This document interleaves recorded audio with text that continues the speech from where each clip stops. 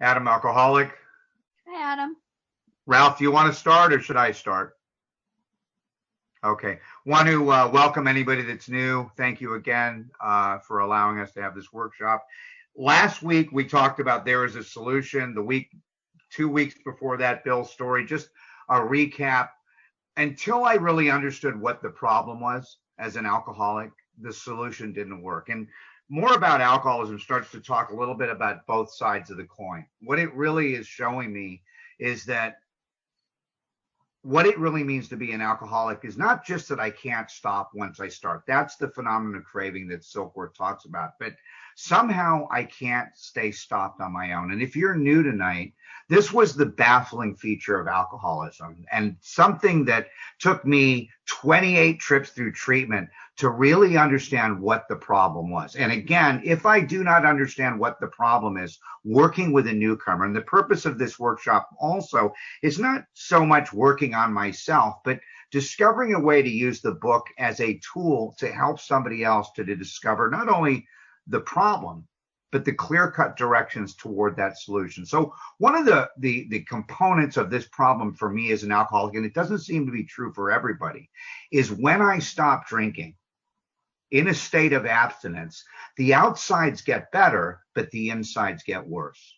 And the longest bridge I'm ever going to cross, the longest journey I will ever walk as an alcoholic is really that little dash between the first and second half of step one. The first half telling me I got a body that can't process alcohol, but more importantly, a mind that cannot process reality. So I got a body that can't drink and a mind that has to. And if you don't think that's a dilemma, that really starts to show me what the problem really is. And it's almost like from a clinical standpoint, the genetics loads the gun and the dysfunction pulls the trigger. So this chapter in many ways is going to start to talk about the mind that continues to take me back to alcohol. But this first paragraph here became a very critical piece for me to understand that not everybody in AA, just like in the doctor's opinion, seems to have both sides of this coin. A lot of people, when they take the drink, they can't stop. That's the bodily part. But what about that second piece, the mind that continues to take me back to alcohol? And thirdly, a lot of people seem to have this spiritual maladjustment to life. They come from Al-Anon, overeaters, gamblers, sex and love addicts anonymous. They have the spiritual malady, but maybe not the craving. And they look at a guy like me and they say, I can't believe you drank again.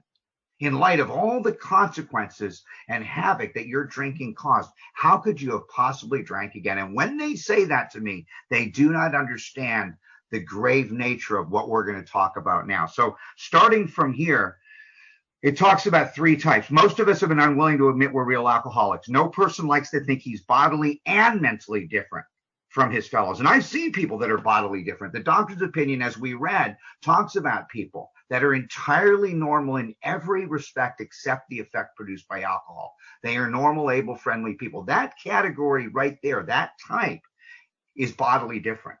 Mentally, again, there are people that suffer from the spiritual malady, but not the craving. So there's really three types here. It says, therefore, it is not surprising that our drinking careers have been characterized by countless vain attempts to prove we could drink like other people. This is a belief. It says the idea, which is a belief that somehow, someday, I will control and enjoy my drinking is the great obsession of every abnormal drinker. That word control, you're going to see used 5 times in the next 2 paragraphs. If you're new and you're getting on this right now, get a highlighter, get a pen, circle the word control. The persistence of this illusion, which is what's called a false idea, is astonishing. Many pursue it to the gates of insanity or death. That paragraph right there is such a powerful statement. A lot of times when I work with new people, I have them start with this paragraph. This is where I have them start, just as a beginning, so they can understand these components in the description of the alcoholic before they get to the chapter of the agnostic, to understand what it means to be an alcoholic is I have this mind that will take me back. Ralph, do you want to continue?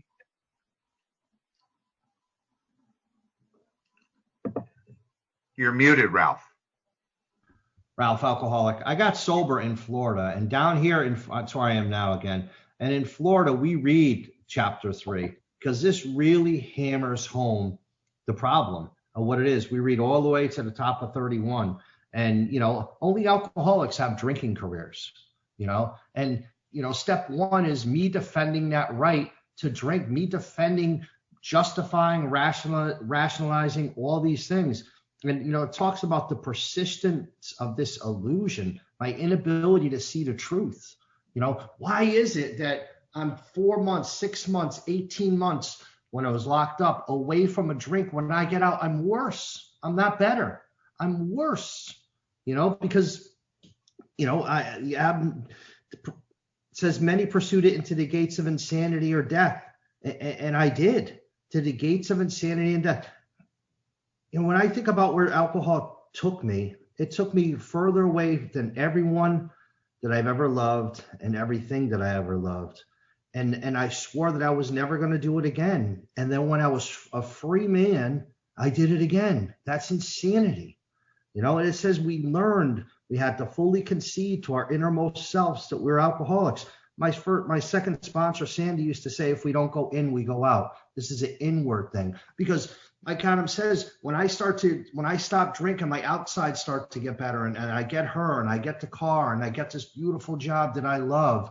Seemingly, that would make me feel better. But eventually that shine wears off, and something happens inside of me that forces me, to do the most insane thing that I can, which is to pick up a drink. It says I learned, and how I learned that was by my own experience. We always turn statements into questions, and my sponsor said, yeah, it is questions, but it's really considerations by my truth. What is my truth when I stop drinking? When I have everything in the world not to drink, why is it that I start again? Well, I'll tell you why, because I think that I changed my mind. I think, F it, I'm just going to have a couple. Or sometimes I don't think at all, and it talks about the delusion that Ralph is like other people or presently maybe has to be smashed. Wow. I don't know how many times I had to learn that lesson. Adam is 28 times in and out of rehab, and me was in and out of jail, in and out of jail. And my consequences don't make me an alcoholic. But what makes me an alcoholic is when I start to drink, I can't stop. When I have everything in the world to live for, just don't drink. You have such great potential. I drink anyways. Adam? One of the things in this first paragraph going back is my sponsor and some of the people I've worked with have used this paragraph also with what we call behavior or process addiction. And, if you're not an alcoholic and you're on this workshop, or you're in Al-Anon, for example, do I ever engage in a behavior or a process more than I intend to? And it's really easy to substitute some of these ideas. The idea that somehow someday I will control and enjoy my relationship, for example, is the great obsession of every abnormal thinker. You want to play with that, or chocolate cake, or a trip to Vegas, or, your credit cards, or your food, or anything else. And I started to see very clearly how this could very easily have some latitude on other behavior. Because if you're an alcoholic of my type, as we all know, we put down the drink, we pick up the fork, we put down the fork, we pick up the credit card, put down the credit card, start acting out in another area, and you will start to see the musical poisons that can and will happen if you suffer from alcoholism, if you suffer from this spiritual maladjustment, which somehow becomes this need to solve a spiritual problem with a physical solution. And what you'll learn if you've been around AA for a while is that we learn to love each other not in spite of these defects, not in spite of the pursuit of that illusion, but because of it. So very, very important. So this thing, we learned that we had to fully concede. The word concede, if you're new, means to surrender with a fight.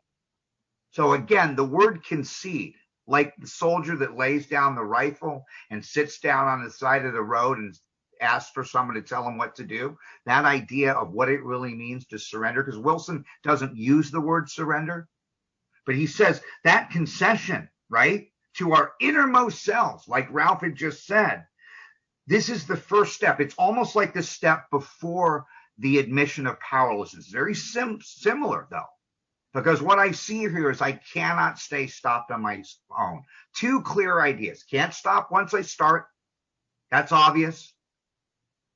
But then if you start to look at a behavior, then I cannot stay stopped on my own. The delusion, again, like the false idea Illusion is, a little different than a delusion. We could talk about that later. That we are like other people or presently maybe has to be smashed. I will try to prove that to the gates of insanity and death. And the reason is because alcohol does so much for me. I do not care what it does to me. And again, that's what the earth people, so to speak, can understand about us. That unless I can develop this sense of comfort and ease through a spiritual process, my mind's going to take me back to this. Shall I continue, Ralph? Go ahead. We alcoholics, that means me and you, everyone here, if you are alcoholic, and when I read this to a new person, are men and women who have lost the ability to control our drinking. There is the word control. Have I lost the ability to control my drinking? We know that no real alcoholic, am I a real alcoholic? I will never regain control. It's right there. All of us felt at times we were regaining control, right? But such intervals, usually brief, were inevitably, every time, followed by still less control, there's the word again, which led in time to pitiful and incomprehensible moralization. You can see that as a progression if you're new and working with new people. There's a lot of ways to ask that question. How many times did you pick up a drink and not be able to control the amount you take? How many times did you swear off forever with or without a solemn oath and find yourself drinking again? All of those things. We are convinced to a man, and I know it's gender specific. If you're new, just somehow you might want to just fill in the blank. We are convinced to a man or woman that alcoholics of our type, and he uses the word type. You might want to go back and look at that paragraph in the doctor's opinion where it talks about the types, okay, that are under the grip of a progressive illness. Over any considerable period, we get worse, never better. This seems to be very factual for me. I have tried to prove myself an exception to the rule. If you're new, that question, did you try to prove yourself an exception to this rule? Ralph? Yeah. And again, touching on what he was talking about, regaining control. Did that happen to you? Did you have periods in your sobriety where you thought you were controlling it for a while, only for it to get out of hand again and again and again? I know I did. And it talks about being convinced that alcoholics of our type in the grips of a progressive illness. Do I see the progression in my drinking? Is it getting to, by my own experience? This is where the question comes to consideration, looking back honestly, to be, because when we get to step 2, it talks about came to believe that a power greater than ourselves could restore me to sanity. Well, my sponsor had it real simplified for me. Came to believe that a power greater than myself could help me see the truth about my drinking, because this is what we're trying to acknowledge, that on my own, I'm screwed with control and choice. Over any considerable time, Ralph got worse, never better. That's the truth. That's my truth. That's my experience. Goes on to say in the bottom of the page, we're like men and women who have lost their legs. They never grow new ones. Neither does appear to be any kind of treatment which will make alcoholics of our kind, he uses a different word, like other men. We have tried every imaginable remedy. What did you try? What did you try to stop? What did you try to control? In some instances, there's been brief recovery, followed always by still worse relapse. Physicians who are familiar with alcoholism agree there is no such thing as making a normal drinker out of an alcoholic. And the question is, are you a normal drinker or are you an alcoholic?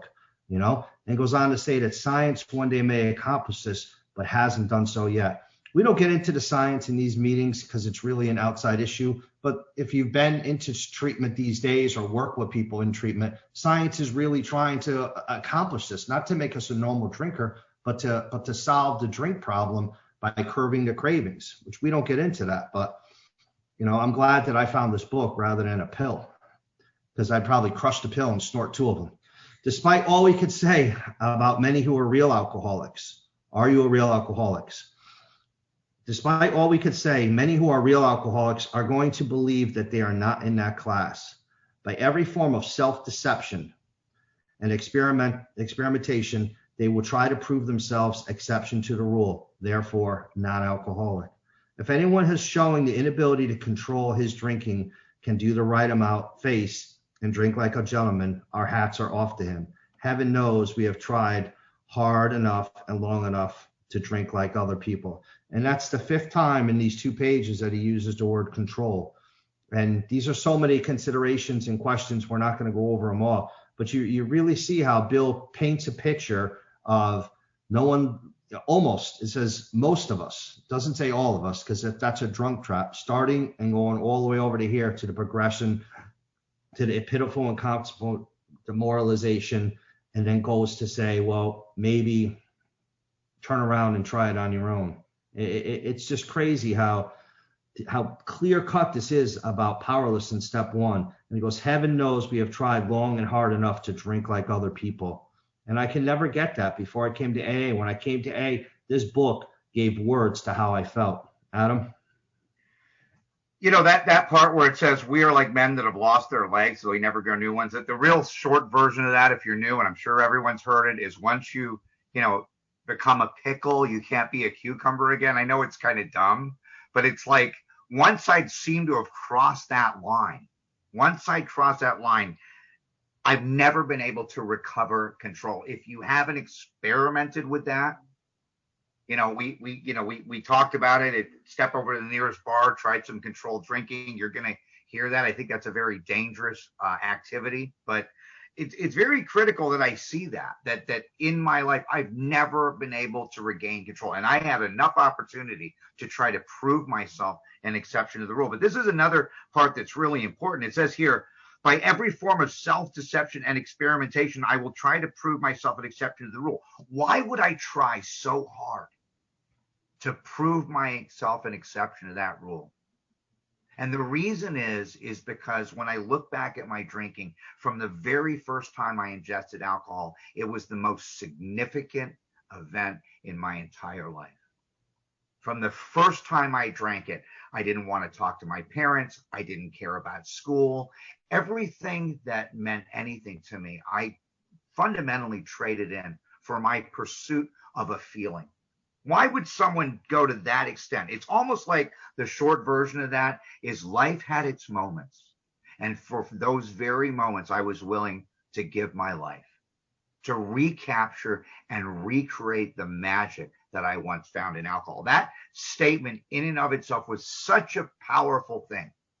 To think that a human being would give up. I don't know if you guys ever saw those commercials, but they used to do it with cocaine, like on TV, like, would you give up your family for me? Would you give up your career for me? And it's like, we're all like, going, yes, we'd give it all up.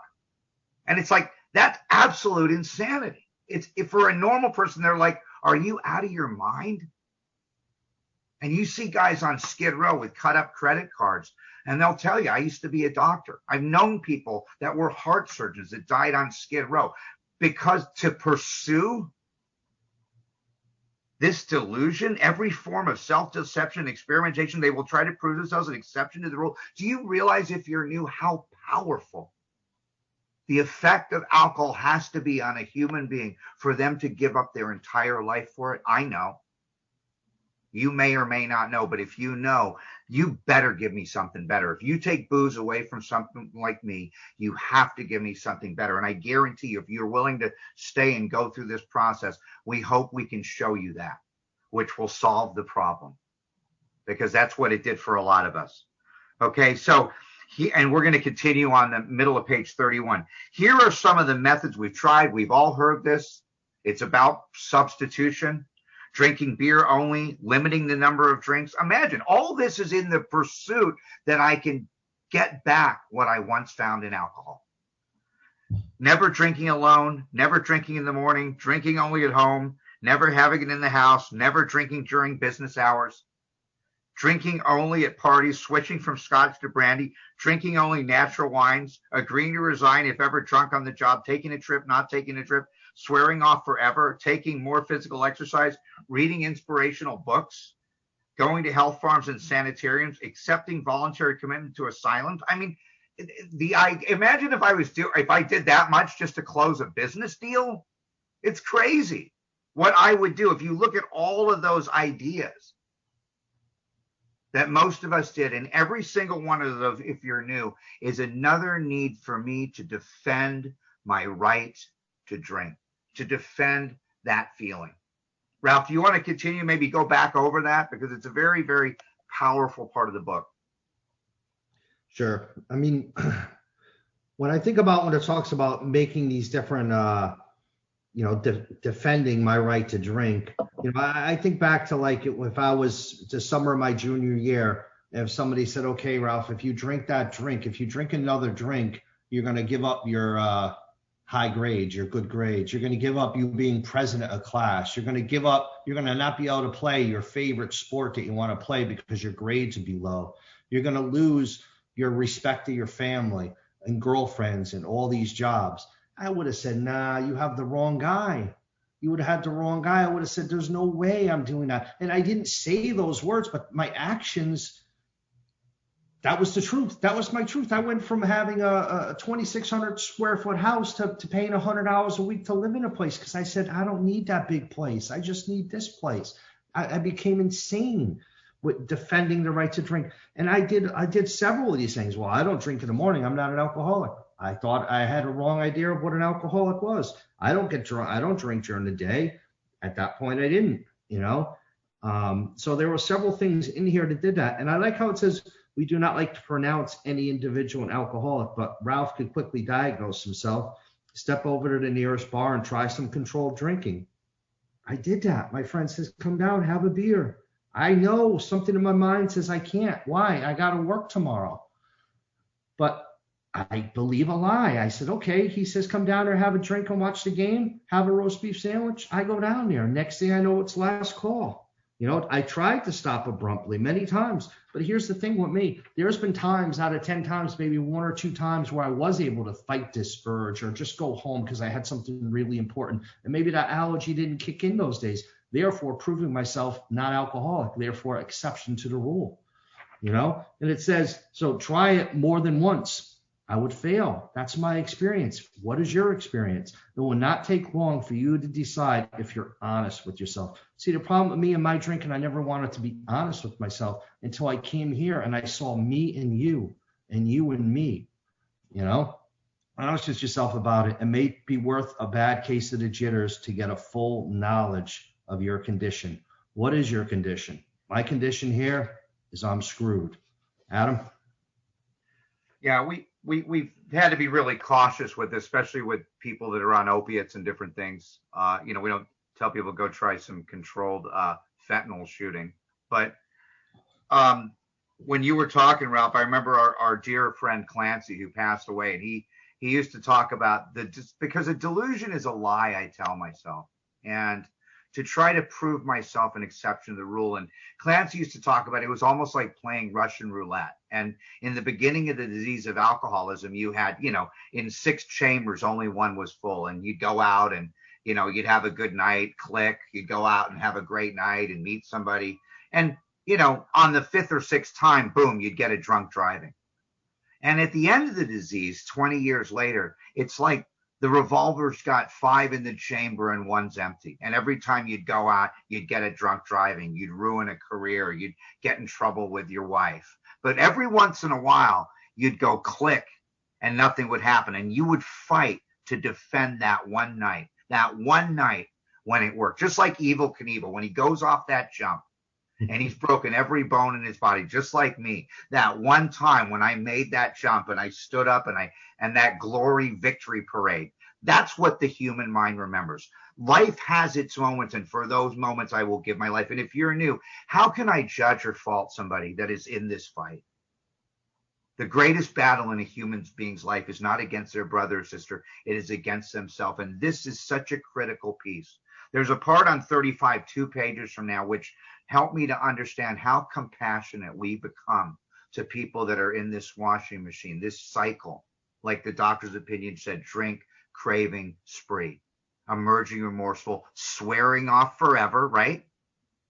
And then repeating the cycle. This is that last piece that's so critical. And I think that working with new people, I have to be compassionate, that if they continue, they're the people that maybe that last category, the person that shows improvement but never gets long-term recovery. I got to love that guy. And I always have to keep the door of Alcoholics Anonymous open for him. Because if they slam that door shut on me on treatment center number 27, Ralph would be doing this workshop with somebody else tonight, right? We don't shoot our wounded here. So it's very important, this piece right here.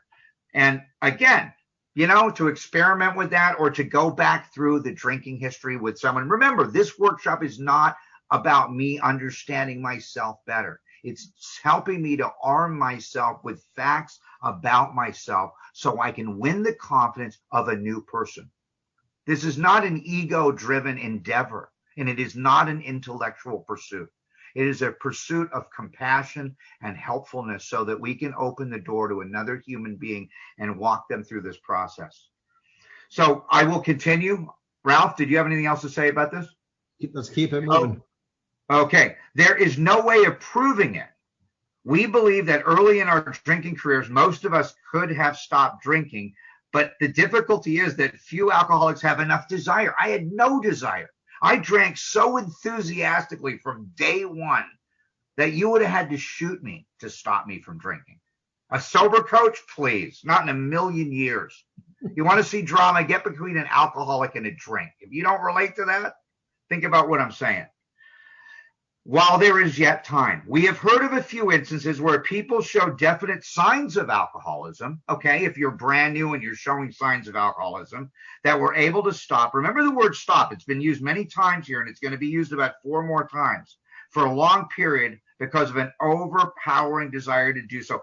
Here is one. There's 3 people here. You're going to hear about this businessman. You're going to hear about a guy named Jim, and you're going to hear about Fred. All of them are very similar in some ways, but distinctly different in others. And we're going to talk about all that as we go through this. So very important, because all of this is them defending their right or living in delusion. Do you want to start, Ralph, with the businessman? Sure. A man of 30 was doing a great deal of spree drinking. He was very nervous in the morning after these bouts and quieted himself with some more liquor. He was ambitious and succeeded in business, but saw that he could get nowhere if he drank at all. Once he started, he had no control. There's a control again, whatever. He made up his mind that until he had been successful in business, had retired, he would not touch another drop. An exceptional man, he remained bone dry for 25 years and retired at the age 55 after a successful and happy business career. Then he fell victim to a belief which practically every alcoholic has, in being that has a long period of sobriety and self-discipline has qualified him to drink like other men. Out came the carpet slippers and bottle. In 2 months, he was in hospital, puzzled and humiliated. He tried to regulate his drinking for a while. Regulate's another word for control. For a while, making several trips to the hospital meantime. Then, gathering all his forces, in other words, his willpower, he attempted to stop altogether. That means stopping forever. But although he could not, every means of solving his problem, which money could buy, was at his disposal. Every attempt failed. Though a robust man at retirement, he went to pieces quickly and was dead within 4 years. Adam? Remember page 24, where it says at the certain point in the drinking of every alcoholic, he passes the state where the most powerful desire to stop drinking is of absolutely no avail. This person had not crossed that line because he was able to stop. He saw that he was losing control, but somehow he was able to stop.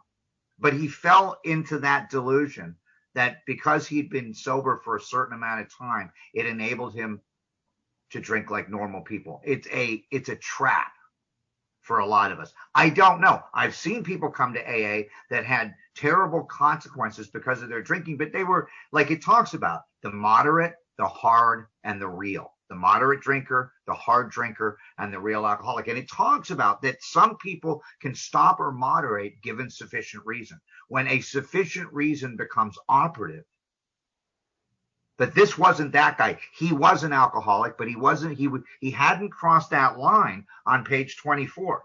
Very, very powerful here. And of course, every means was at his disposal. That means he went through the ringer of treatment centers. He tried to buy his way out of this thing. Unfortunately, it doesn't work. This is a fatal disease if you're new. If you've got what I've got, I've only seen one solution to it in my life. I know there probably are others, but this is a very, very dark spot for him. And he was dead within 4 years. Go ahead, Ralph. And I have number 3 written down. If you remember in the doctor's opinion, he's number 3. That's the guy who who there's the type who always believes that after being entirely free from alcohol for a period of time can take a drink without danger. I just have 3 as a reference next to him. Exactly. Wonderful. Wonderful. This case contains a powerful lesson. If you're new, it means listen up. Most of us have believed if we remain sober for a long stretch, we could thereafter drink normally. It's a lie. But here was a man who at 55 years found himself just as where he left off at 30.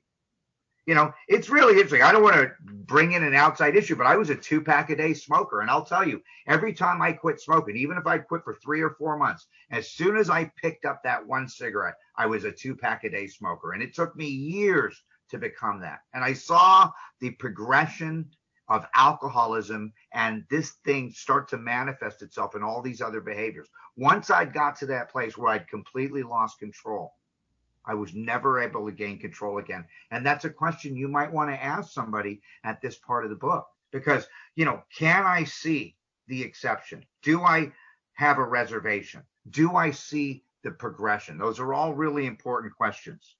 We have seen the truth demonstrated again and again, and this is almost like it should be in italics. Once an alcoholic, always an alcoholic. Commencing to drink after a period of sobriety. We are in short time as bad as we ever were. Okay. Now I would ask myself that question after, you know, and with working with new people, after they had stopped for any considerable period of time. Again, he's reiterating that same thing, worse relapse. The same thing he said in the beginning of chapter 3. If we are planning to stop, there's a question. Am I planning to stop, or have I already stopped? There must be no lurking reservation. No reservation of any kind, no lurking reservation that someday I will be immune to alcohol. It's really important to ask people what they think that reservation might be. You know, I've heard people say, well, I won't be able to drink at my kid's wedding. And it's like, you're not even married yet. You know, I mean, people have these bizarre projected reservations of what that might be. I thought it would be the death of my mother. It wasn't. You know, when that happened, like a lot of us, I turned to people in the program that had lost their parents, and they walked me through it. Ralph, do you want to continue? Yeah. On the other hand, I've seen a lot of people if themselves drunk, and they say it over and over again. Well, if my wife dies, I'm going to get drunk. If my wife dies, I'm going to get drunk. If this happens, I'm going to get drunk, and they end up getting drunk. But this paragraph, upon, you know, so many of them in the book, has a lot of considerations. When I'm reading with a new guy, I really take a few minutes and ask him these questions. You know, do you believe that after being sober for a while, what brings you here today? You know, if you're working with a guy, okay, I'm coming to meetings to get my paper signed. Okay, all this stuff we've been reading, do you see some of these truths about yourself in here? You really ask him, do you think that after you've been sober for a while that you could drink? Is that your experience? Because there's a lot of questions there to ask the new person you're reading with. Do you have a reservations? My sponsor used to say reservations. If you have a reservation, you're going someplace. That's what that means. Reservations are for people going someplace. Do you think that someday you'll be immune to alcohol?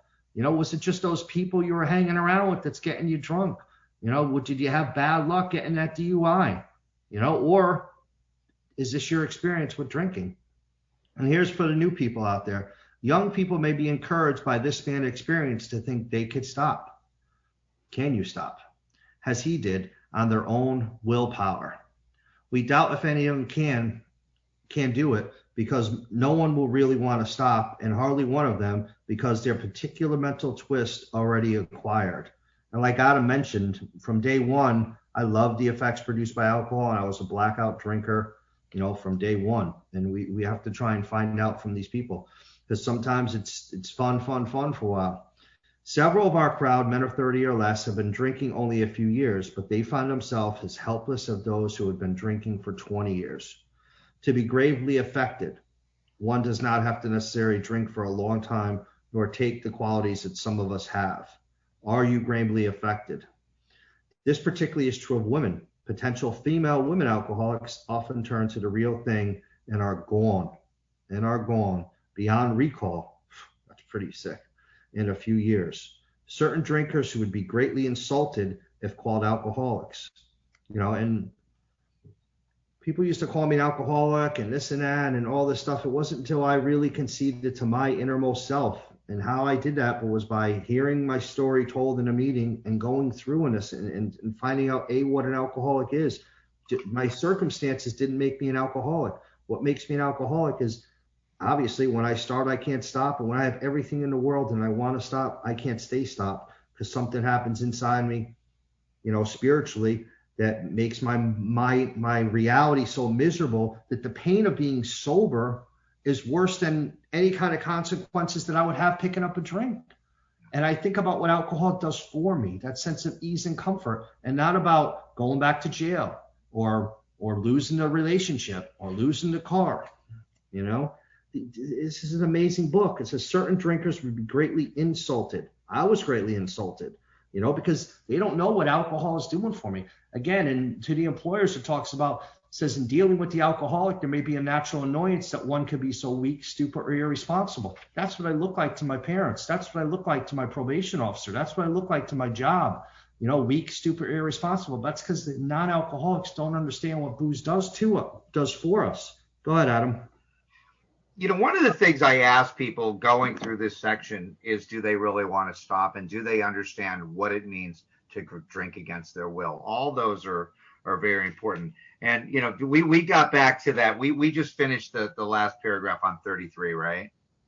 So it says, we are familiar with the symptoms, see large number of potential alcoholics among young people everywhere, but try to get them to see it. I got pushed into AA at 17, 18, 19, 20 years old. And it's kind of funny because the old timers back then would go, you know what, kid, we spilled more than you drank. And we're like, you know what, Pops, we didn't spill any. That's why we got here sooner, right? But I don't mean to be funny, but the thing is that it's so hard when you're 20 years old and you're bulletproof and you want to defend your right to drink. It's like they're still in the fun with problem stage.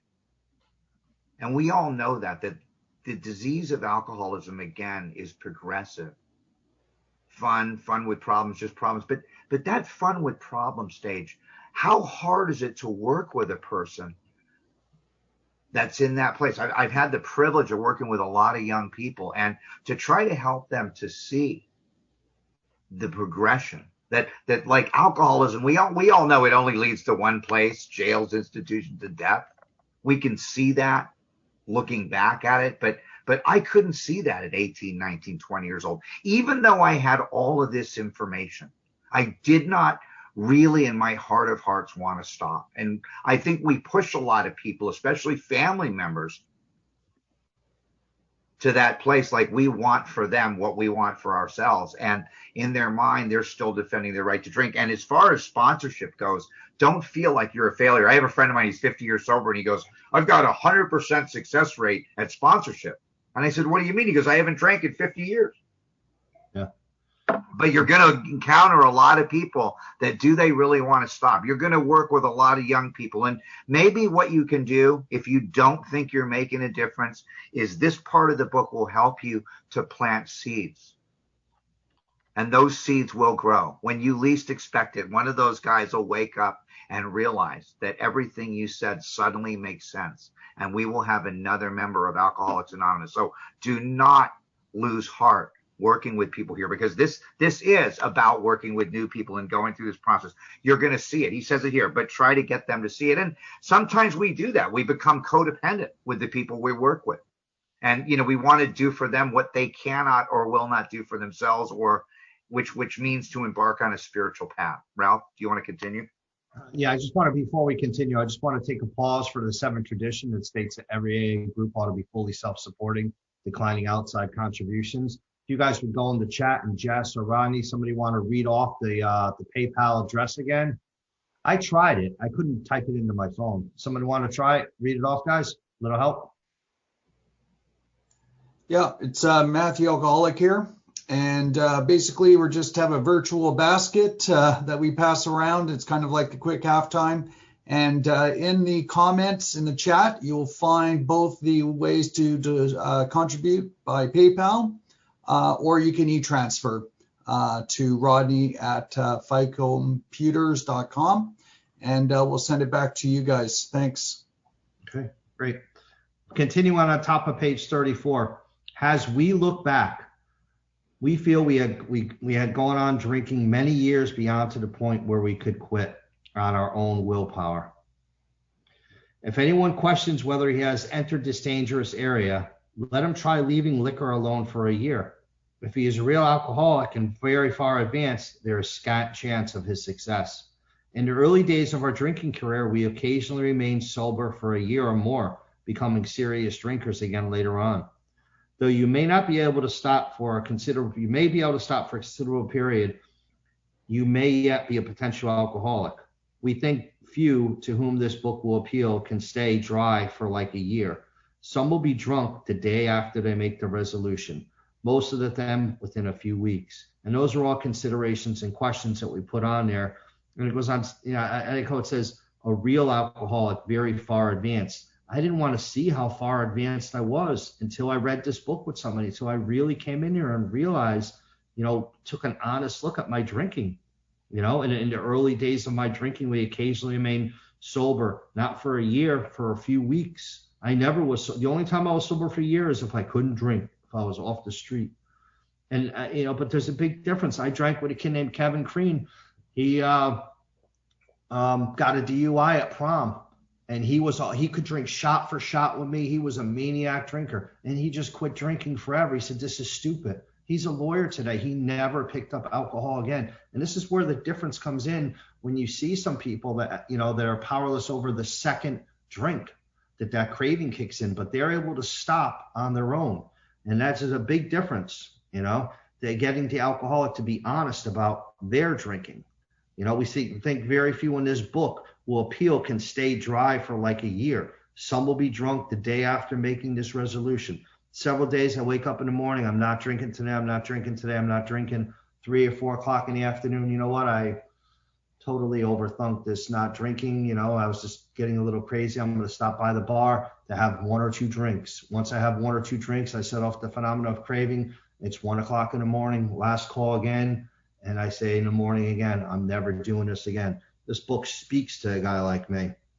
It goes on to say, for those who are unable to drink moderately, the question is how to stop altogether.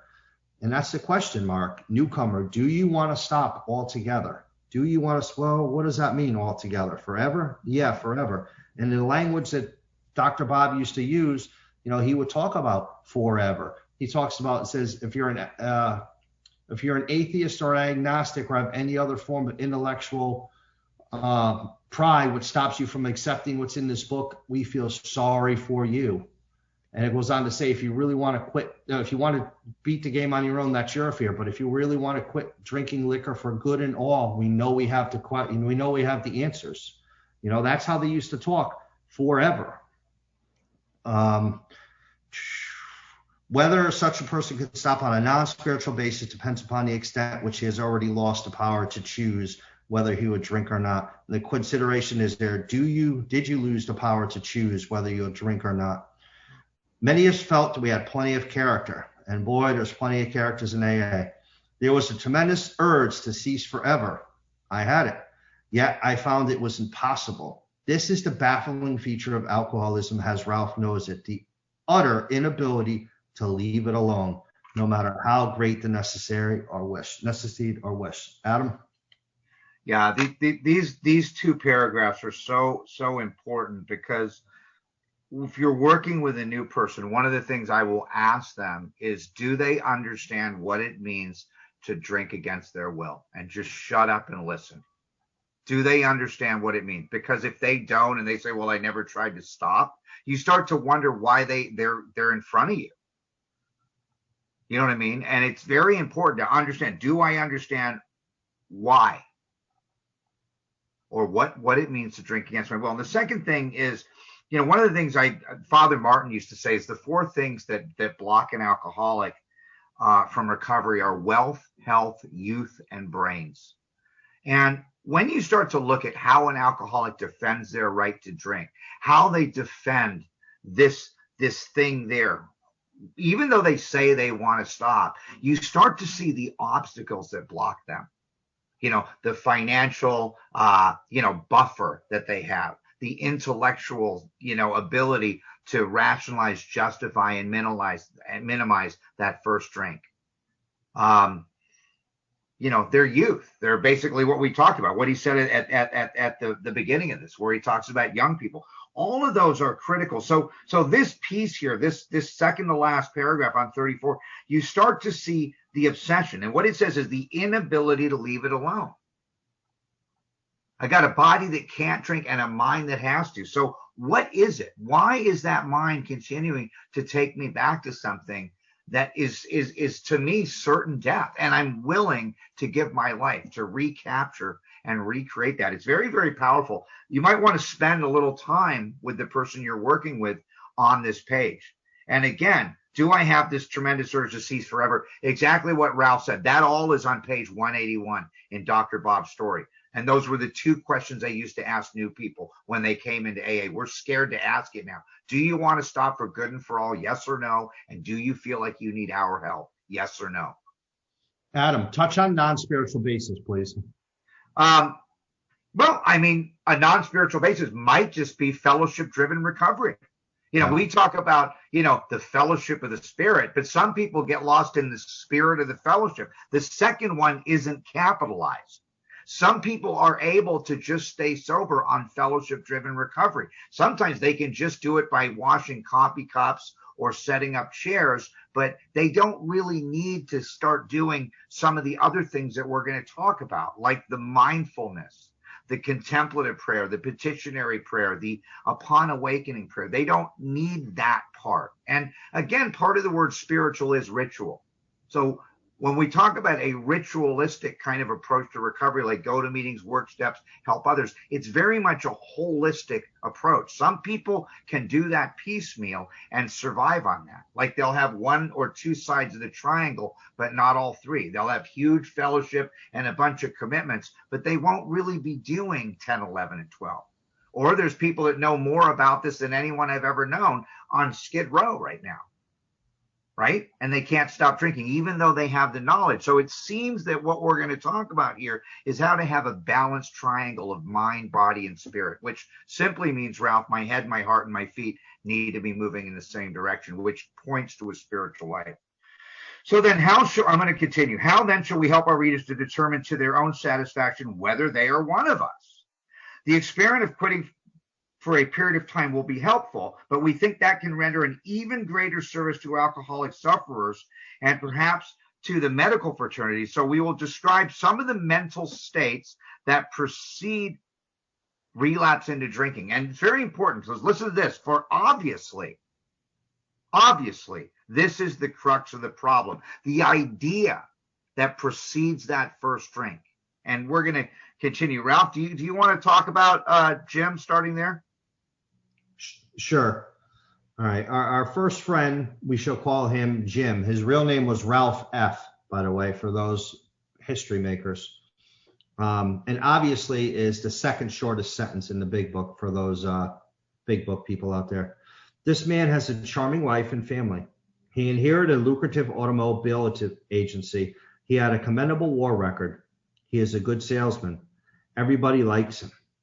He is an intellectual man, normal so far as we could see, except for a nervous disposition.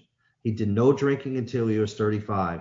In a few years, he became so violent when intoxicated that he had to become committed.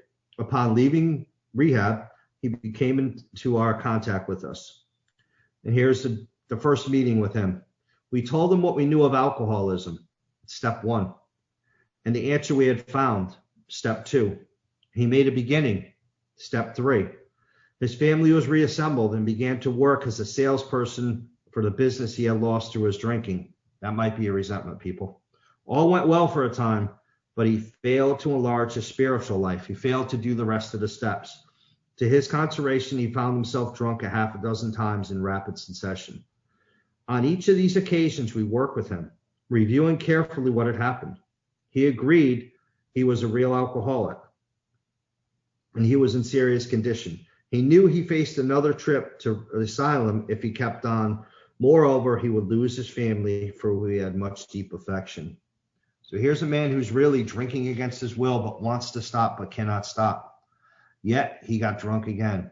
We asked him to tell us exactly what happened. This is his story. Adam, why don't you do this part? Okay, let me go back 1 second and talk. We missed one paragraph here. It says, What sort of thinking dominates the alcoholic? This is a top of 35 if you go back, who repeats time and time after the desperate experiment of the first drink. Friends who have reasoned with him, friends who have reasoned with me. This is what the doctor's opinion calls frothy emotional appeal, by the way, after a spree, which has brought him to the point of divorce or bankruptcy, are mystified when he walks directly into the soon. Why does he? What sort of thinking, or what was he thinking? So going back through this, and everything Ralph said, I totally agree with. He has a nervous disposition, Jim, which means he's restless. He has the restlessness. That's a very important thing. Working for a concern he used to own, he's pissed every day. Can you imagine working for a business you used to own and the guy you hired is telling you what to do every day? Believe me, all those things add up to little bits and pieces. And the most powerful thing that Ralph read here is he failed to enlarge and perfect his spiritual life. If you are new, this is probably the most important statement. And Ralph just said it when he asked me, what does it mean to live on a non-spiritual basis? It means to not enlarge and not perfect my spiritual life. Part of that from Bill's story, where he says self-sacrifice for others, going from self-centeredness to God-centeredness to other-centeredness. See, Jim didn't do any of that. And it's very, very important if you're new, if you're wondering why you're coming in and out and in and out and in and out, or you feel like your life is unsatisfactory. You feel like you don't really have any purpose. You feel like something is missing. It is in that thing of enlarging and perfecting our spiritual life that will bring, for me, it brought me the solution. It may not for you, but for a lot of us, we know that that was part of the solution. So, and then it says he got drunk again. So what's so interesting about this is he knew all this stuff. As Ralph said, he went through, a good portion of the steps, right? Very, very powerful to see those pieces in his story. He knew he faced another trip to the asylum. And I'll just finish with this.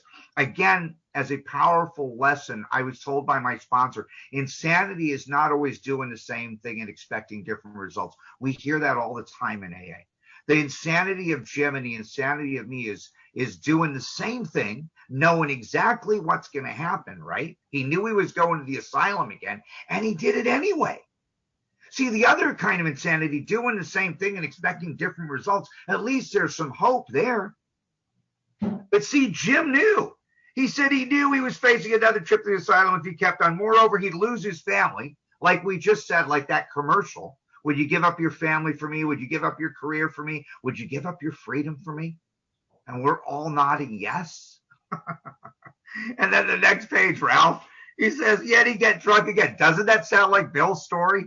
Like Bill did the same thing. And, like there's this trap door at your bottom. So wherever your bottom might be, there's still a trap door there. Okay? We asked him to tell us how it happened, and here it is. I came to work on Tuesday morning. Remember, what the hell happened to Monday, right? Comes to work on Tuesday. I remember feeling irritated. Circle the word irritated, because that has a lot to do with working for a company he used to own. Okay, so now he's got two. He's restless and he's irritable. You see, it's right there. The restlessness and the irritability are both right there in his story. You can't deny it, right? I had to be a salesman for a concern I once owned. I had a few words with the boss, a few words, not a nice conversation. How you doing? Glad to be here. Can I get you a cup of coffee? A few words like, where were you Monday? You look like crap. You know what I mean? It's like, can you get me a cup of coffee in my old office kind of thing, right? But nothing too serious. Then I decided to drive to the country to see one of my prospects for a car. On the way, I felt hungry, so I stopped at a roadside place where they have a bar, right? Okay.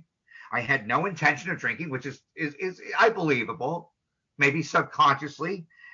I just thought I would get a sandwich. I had the notion I might find a customer for a car at this place, which was familiar, for I'd been going to it for years. I had eaten there many times during the months I was sober. So really, it is kind of like not a cloud on the horizon. I sat down at the table, ordered a sandwich and a glass of milk, still no thought of drinking.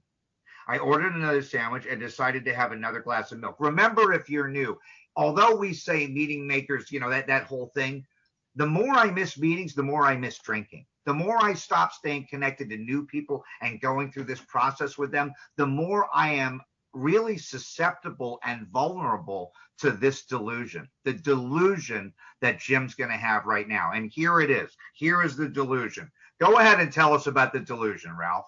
I think we're out of time. I think we should start next week.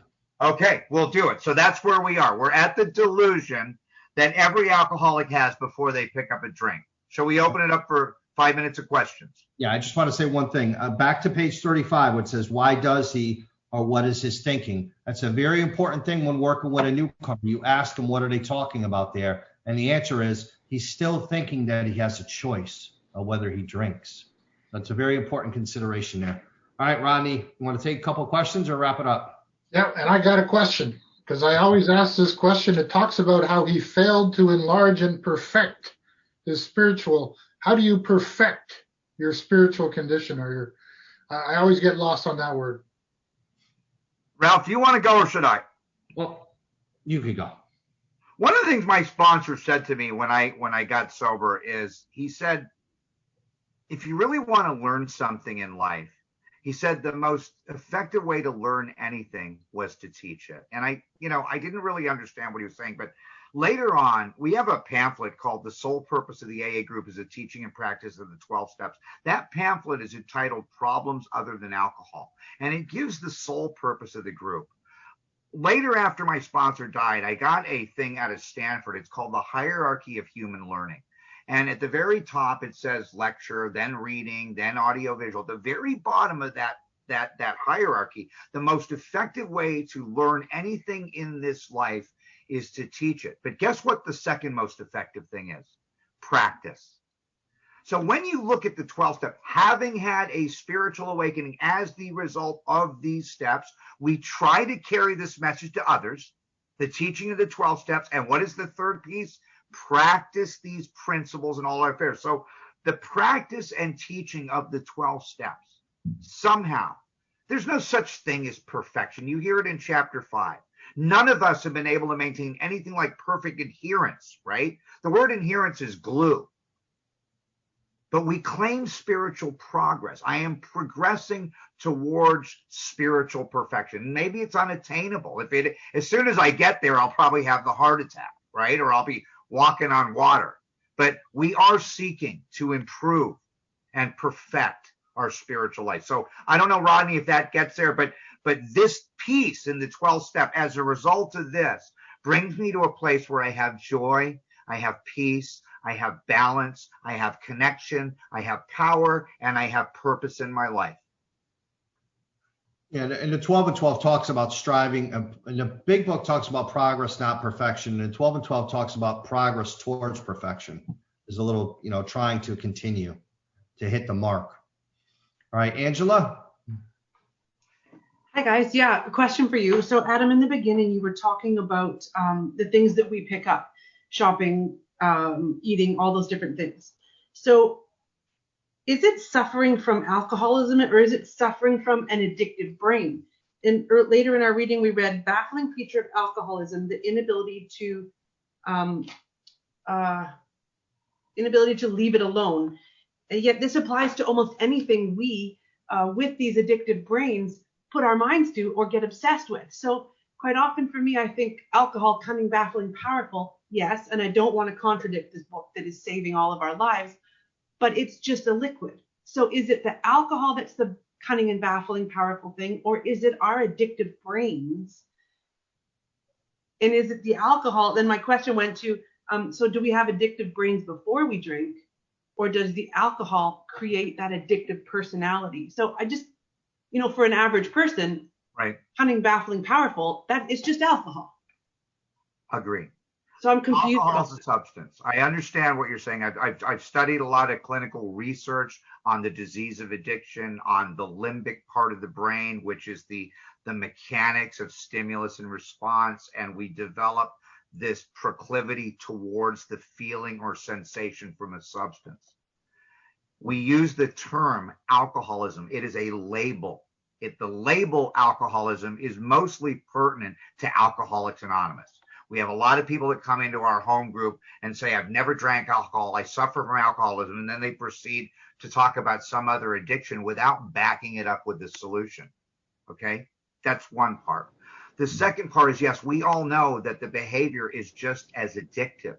But as we go on in the book here, we're going to talk about a solution to taking that source of suffering and diverting it into something else, to a service-centered life, a God-centered life, a spiritually centered life. The word in Spanish for fun is divertir, which means to divert. So we're diverting a behavior. What alcoholics and addicts do is they have a feeling to take an action, have a feeling, take an action, have a thought, take an action, have a feeling, take an action. What this process does over a period of time is it superimposes a contemplative type of template over my thinking. Normal people being intellect over emotion, they think, they process, and they act. Addicts, emotion over intellect, they act, process, and think. Okay, we're reversing the limbic to the neocortex. That's the clinical part that I didn't want to talk about here because it's not pertinent, but there's your answer. Thank you. We have another question in chat, and this says, can you talk about Marty Mann and the diagnosis of alcohol, page 31? Ralph, do you want to do that? You know Marty Mann, right? Yeah, Marty Mann was the first female alcoholic in AA to get sober and stay sober. She broke her anonymity, and she had an experiment that if you had 2 drinks a day at the same time to see if you were an alcoholic over a period of time, 30 days, 30 days to diagnose yourself as an alcoholic or not. She was a real character. So there's a couple of good books on her. The rehab that I brought a lot of meetings into, the first rehab in the country, is called High Watch. You have a whole big thing on her. She's an amazing lady. And you can actually hear some of her talks are actually posted on YouTube. But that was the experiment to see. That was her crazy experiment to see if you're an alcoholic, if you develop that phenomenon of craving and that mental obsession. But to answer the other woman's question briefly too, I think that anything now being removed from alcohol that blocks you, from the higher, it could be food, could be shopping, could be anything, could get in the way of you and your relationship with your higher power, could block it. That's not so clinical. That's more like hands-on, anything. A lot of times we want something, we act out, we get it rather than thinking about it. That's what I was talking about. Instead of using our intellect, we use our emotions because it makes us feel good, like right now. Yeah. Marty Mann also founded the National Council on Alcoholism. She is a pioneer and a very, very significant human being in the whole treatment and solution to alcoholism. A lot of people come through the National Council of Alcoholism to AA. Marty Mann, in an indirect way, has helped thousands and thousands of people. Very, very powerful, and she should be recognized.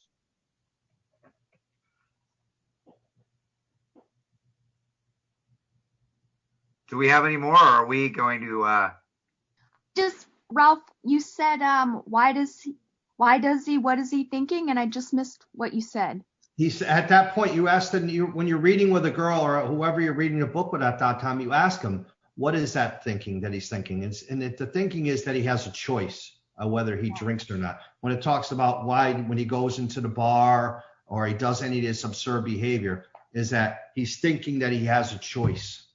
Awesome. It's insanity, because we do the most insane thing when we're sober. We pick up the first drink. So that's the big consideration there, that most newcomers aren't going to get that question correct. They're not going to realize what they're talking about.